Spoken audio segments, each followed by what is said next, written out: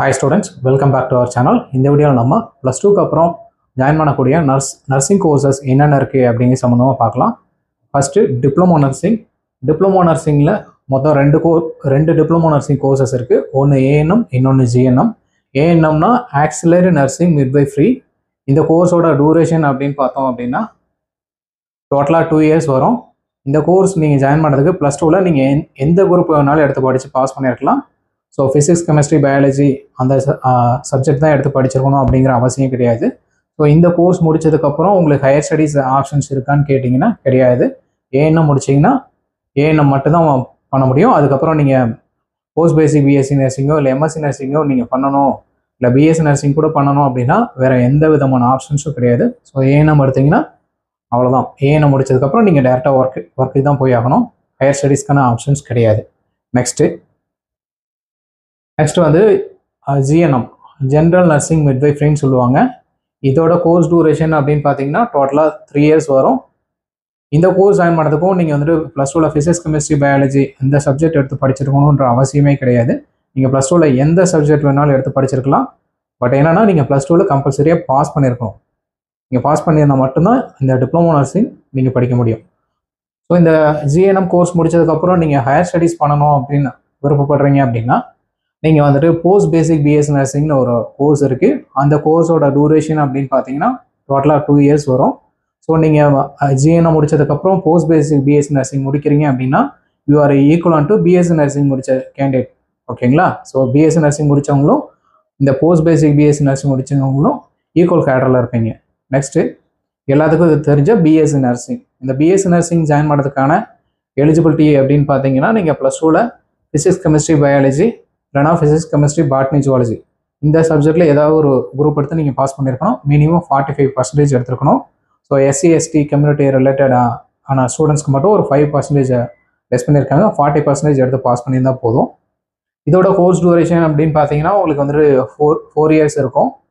Next BSc nursing முடிச்சதுக்கப்புறம் நீங்கள் என்ன ஹையர் ஸ்டடீஸ் பண்ணலான்னு பார்த்தீங்கன்னா எம்எஸ்சி நர்சிங் பண்ணலாம். எம்எஸ்சி நர்சிங்கில் உங்களுக்கு ஒரு 5 டிபார்ட்மெண்ட்க்கு மேலே இருக்குது. ஓகேங்களா?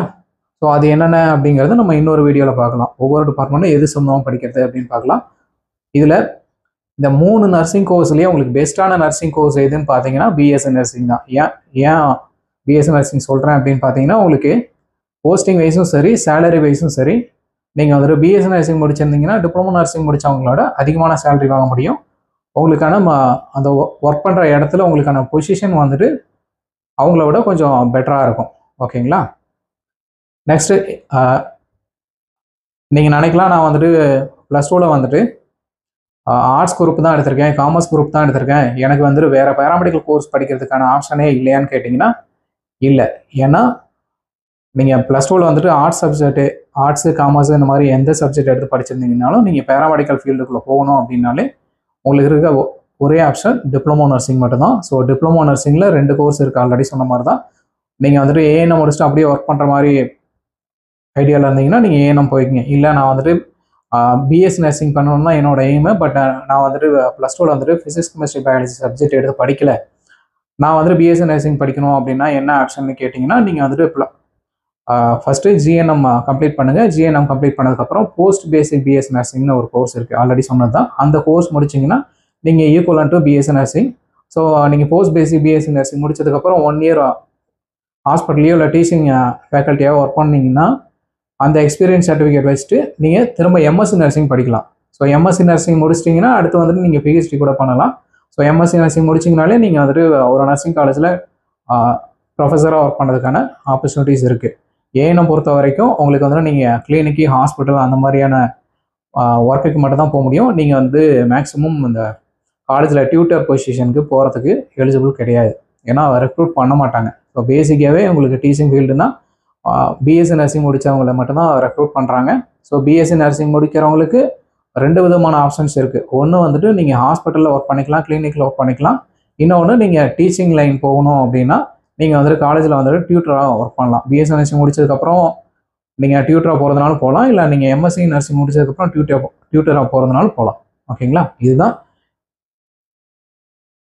Nursing கோர்ஸோட complete details. ஓகேங்களா? உங்களுக்கு நர்சிங் கோர்ஸ் ஜாயின் பண்ணணும், உங்களுக்கு கம்மியான ஃபீஸில் அட்மிஷன்ஸ் தேவைப்படுது அப்படின்னா ஸ்க்ரீனில் தெரிய நம்பர் கான்டாக்ட் பண்ணுங்கள், நாங்கள் உங்கள் அட்மிஷனுக்கு ஹெல்ப் பண்ணுறோம். ஸோ உங்களுக்கு காலேஜோட டீட்டெயில்ஸு, பேராமெடிக்கல் கவுன்சிலிங்கோட டீட்டெயில்ஸு இது தேவைப்பட்டுச்சு அப்படின்னா நம்மளோட சேனலை சப்ஸ்கிரைப் பண்ணிக்கோங்க. நம்ம சேனலில் அப்கமிங் வீக்கில் உங்களுக்கு பேராமெடிக்கல் கவுன்சிலிங் ரிலேட்டடான எல்லா விதமான அப்டேட்ஸும் கொடுப்போம். ஸோ இந்த வீடியோ உங்களுக்கு யூஸ்ஃபுல்லாக இருக்கும்னு நம்புகிறேன். இந்த வீடியோ உங்களுக்கு பிடிச்சிருந்தாலும் லைக் பண்ணிவிட்டு உங்கள் ஃப்ரெண்ட்ஸ்க்கும் ஷேர் பண்ணுங்கள். தேங்க்யூ.